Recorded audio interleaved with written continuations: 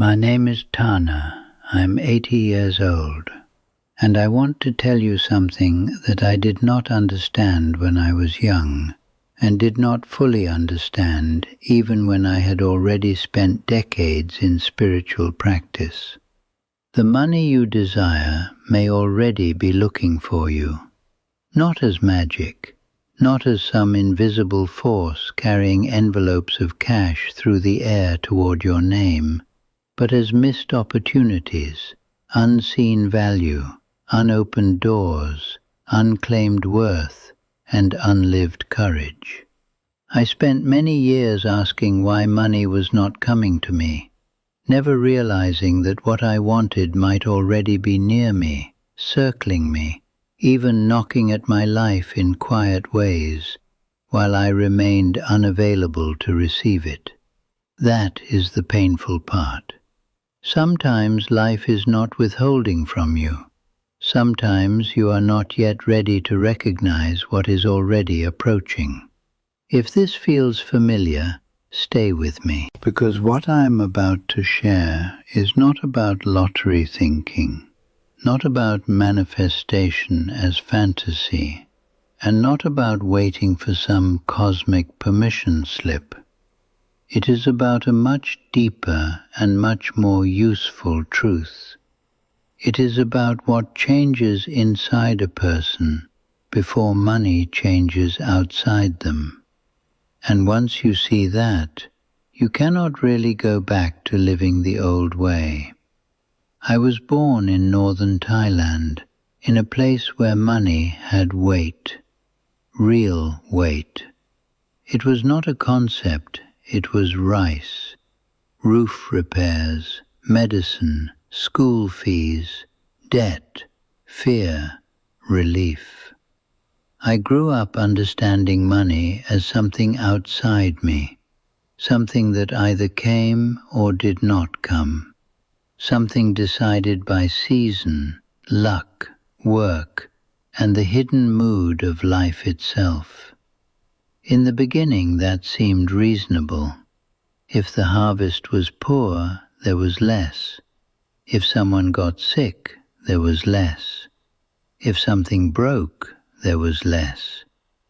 The world felt like the author of our financial lives, and when I was young, I believed that almost completely. Later, when I entered temple life, I carried that same belief with me. I thought outer conditions decided inner conditions. If there was enough support, I could relax. If there was uncertainty, I had to tighten. If opportunity arrived, then life was opening. If it did not, then life was closing. I did not understand that there was another level to all of this, a quieter one. The level of readiness, the level of relationship, the level where two people can stand in front of the same opportunity and one walks through while the other does not even recognize it. You see, this is where most people never look. They ask where the money is, but they do not ask who they are being in relation to money. They ask why abundance is not arriving, but they do not ask whether they are available to what is already here.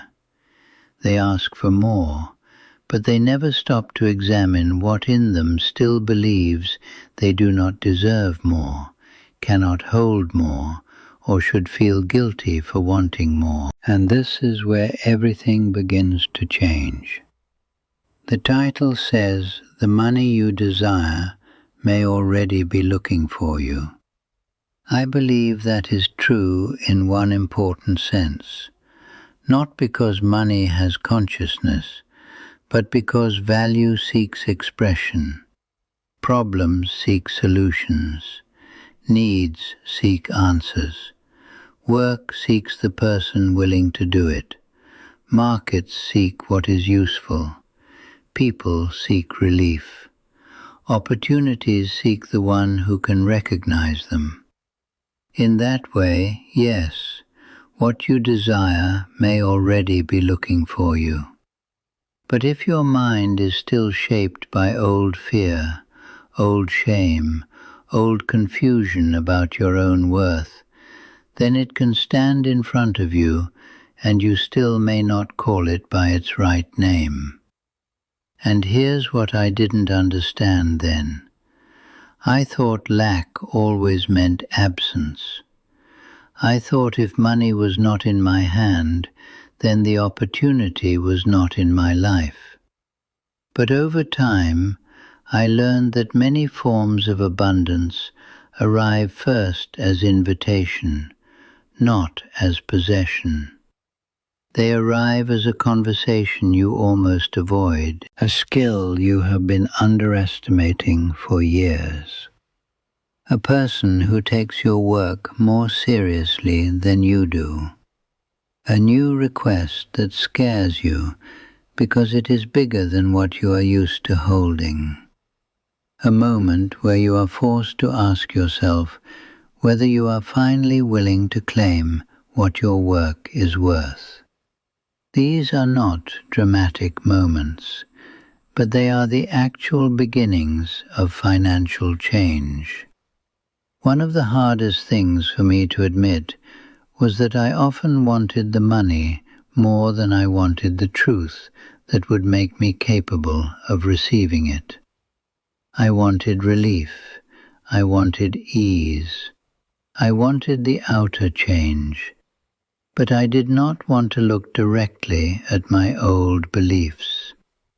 I did not want to look at how quickly I settled for less.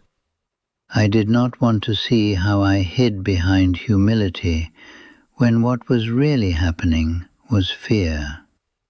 I did not want to admit that I was asking life for increase while still living from a deep internal story of insufficiency. Maybe you have felt this too. Maybe there is a part of you that wants better finances, but still feels small when it comes time to ask for fair pay, raise your price, name your value, or look clearly at your numbers. Maybe you tell yourself the opportunity is not there, when the deeper truth is that the courage is not yet there. That is not a condemnation, it is simply something that must be seen. I remember a period in my life when support for the temple had become uncertain. Donations came irregularly, repairs were needed. The younger monks around me were anxious, and I noticed that I was anxious too, but not only because of the money itself.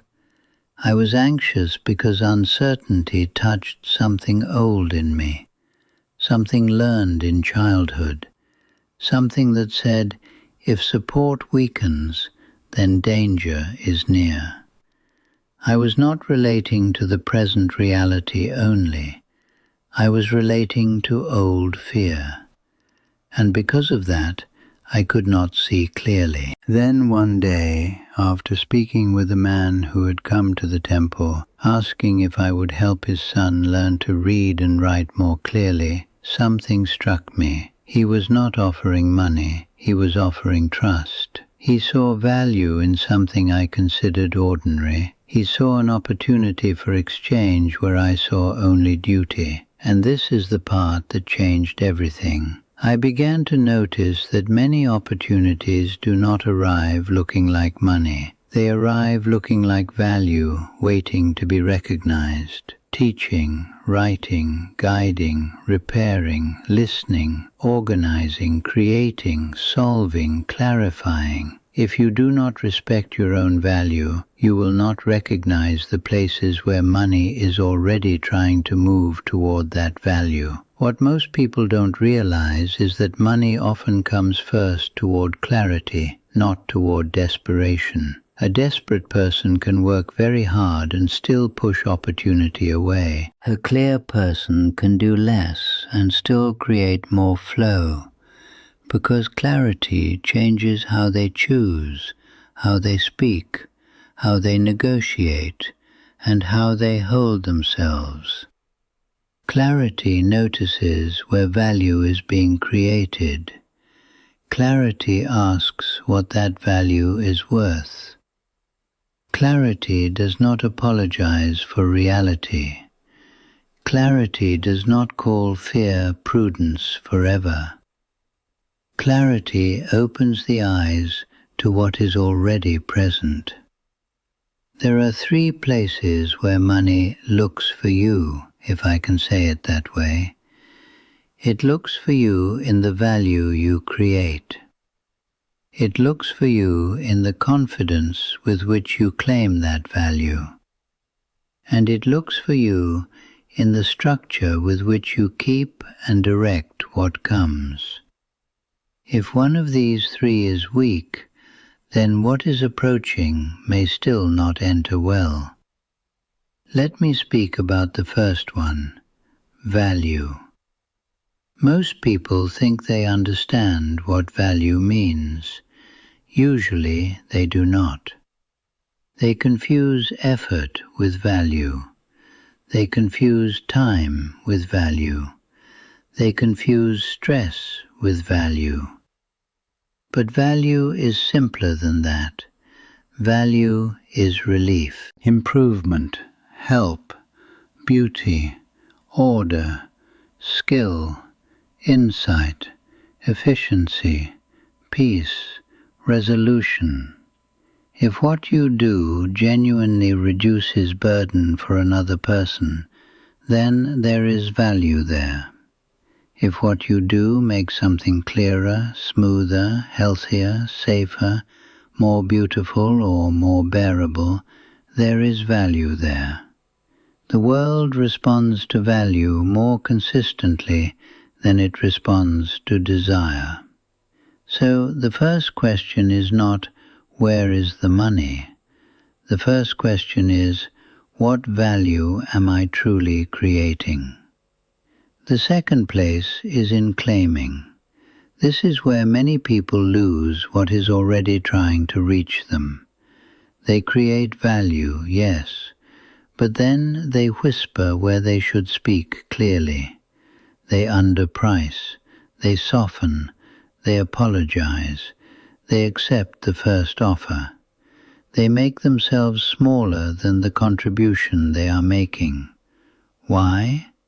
Because some old part of them still feels that asking fully is dangerous, that being seen as expensive is being seen as difficult, that receiving more would expose them. I know this terrain well. I walked there for years. And this is where almost nobody wants to look. It is easier to say there is no opportunity than to admit there was opportunity and you did not claim it. It is easier to say the world is unfair than to say you accepted too little because fear spoke louder than truth in that moment. Again, this is not shame, it is seeing. And seeing is the beginning of power. The third place is in structure. Some people receive more and still live as if they have less. Why? Because the inner pattern of scarcity remains. There is no order, no vision, no stewardship. Money enters a system still ruled by confusion, impulsiveness, emotional spending, and avoidance. So yes, things come, but they do not stay. Prosperity requires a container, not a magical one, a practical one. Awareness, tracking, simplicity, deliberate use, honest limits. Money that enters chaos does not become peace, it becomes more chaos. You know what surprised me most? Once I began to understand these things, life started showing me how often what I had asked for had already brushed against my life before, and I had missed it. Not because I was stupid, because I was not ready to see it. The opportunity was there, but my self-concept was too small. The invitation was there, but my fear translated it into risk rather than possibility. The value was there, but I was still too uncomfortable naming it. This is why I say that what you desire may already be looking for you. It may already be at the edge of your life, appearing in forms that do not yet look like what you imagined. It may be showing up as a question, as a conversation, as discomfort, as the need to become more honest, as the chance to stop underestimating yourself, as the irritation that pushes you to finally stop settling. Not because the universe is playing games, because growth often arrives disguised as disruption. What most people don't realize is that prosperity often begins before the money. It begins in the moment when a person becomes incapable of continuing to betray their own value. It begins when they stop romanticizing confusion, when they stop waiting for a sign and become the sign, when they stop asking if life is opening and begin opening themselves to life with more sincerity. This is spiritual work in the most practical sense. At my age, I no longer ask first whether money is coming. I ask whether I am seeing clearly, whether I am standing in truth, whether I am creating value honestly, claiming it cleanly, and holding what comes with order and dignity. Because those questions have served me far better than years of hoping for external rescue ever did. And here is the quiet miracle I can honestly testify to. When I became more available to truth, life became more available to me. Not always easier, not always faster, but more responsive, more coherent, more alive. Doors I had missed became visible. Conversations I had feared became possible. Forms of work I had overlooked became meaningful. The world did not suddenly become generous. I became more capable of receiving what had long been trying to reach me. If these words are helping you see something clearly, maybe this is the right moment to stay close to this space.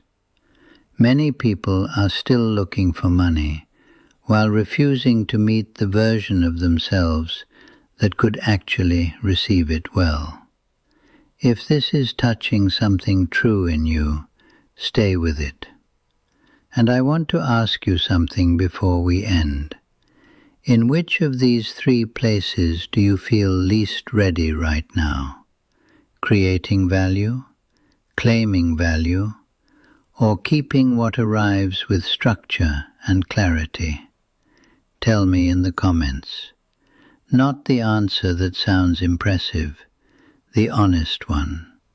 Because honesty is where financial change actually begins. And if this message gave you something real, subscribe and leave a like so it can reach someone else who has been waiting for money to arrive without realizing that what needs to arrive first is a clearer relationship with who they are.